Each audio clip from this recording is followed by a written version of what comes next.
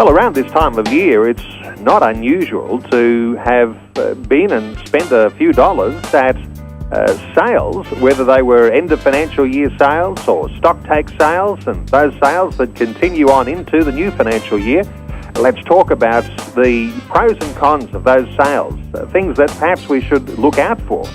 Gavin Martin from Cornerstone Wealth is back with us today. Hello, Gavin. Welcome back to 2020. Oh, g'day, Neil. Great to be with you. Gavin, all these sales, they are on this time of year, and for many of us, we look forward to these sales. Is there some things we need to be cautious about when these sales come on? Yeah, certainly. We've all seen those images of people on the news, crushing down the doors as they open for those opening sales where they're going to get massive bargains. But they can be as much a trap as they are a bargain hunting process. So we need to be careful about whether what we're buying is actually a need or a want. I think that's the biggest thing we can do, to really step back a notch and say, do I need this item, or is it really just a want? And if you can answer that question honestly, I think that will determine whether the sales are going to be a trap for you or going to enable you to get a good saving or good bargain. What you're saying is it doesn't matter whether it's a great bargain. It could be an incredible bargain, but if you don't need it, it's a waste of money. You've hit the nail on the head. Yeah, if we don't need the item, then yeah, it's a waste of money.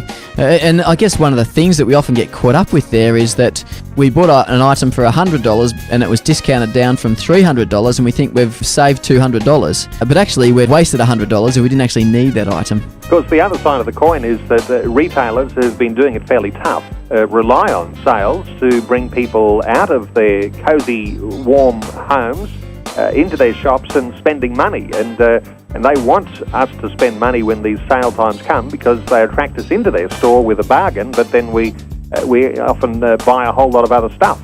Yeah, exactly.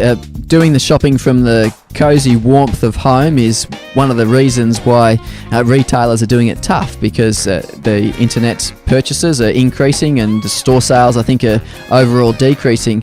And I guess that's why stores are increasing the length of their sales and reducing, slashing prices more than they have done in the past. So, yeah, there is the potential to actually get a bargain if you do need it. For example, if you need a new clothes or suit for work and you were perhaps thinking about buying it a few months ago, but then thought, well, if I just hold on a couple of months and buy it at the stock take sales or the new financial year sales, then you could potentially save hundreds of dollars, and that's a great thing to do.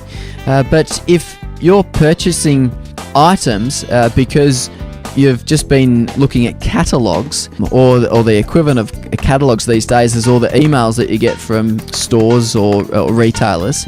Because the research shows that the more you look at these catalogues, the more time you spend in shopping centres, the more time you spend looking at emails that you receive from them, the more money you'll spend. So if you can cut all those out, that's a great way to reduce your costs. But yeah, it's getting back to that principle of, do I actually need the item, or am I just buying on a whim or buying unnecessarily? And of course, some people take advantage of sales this time of year when they're thinking about, gift giving for the end of the year and for through the year, and taking advantage of when prices are down. Yeah, exactly. So that's a great idea of saving at this point in time. If they know that they're the item's on special and they can plan ahead and know what's required for their Christmas giving, it's a great saver. And if you're not doing it on debt, I guess it's a disclaimer, I guess, to this principle, is that if you're not doing it on debt, you're paying cash for the items, then that can be a fantastic way to save for your gift giving at the end of the year for Christmas. So it sounds like you're saying resist temptation to buy things you really don't need. But if you do need to buy things, this sale time is actually not such a bad thing. Yeah, exactly. There's that concept of don't buy things that you don't really need to impress people that you don't really know. I think there's another phases to it, but basically don't try to just keep up with the Joneses. Think about what's really right for you and your family or personal situation. Well, it's always good advice. Gavin Martin, and I'll point people to your website, Gavin, at www.cornerstonewealth.com.au.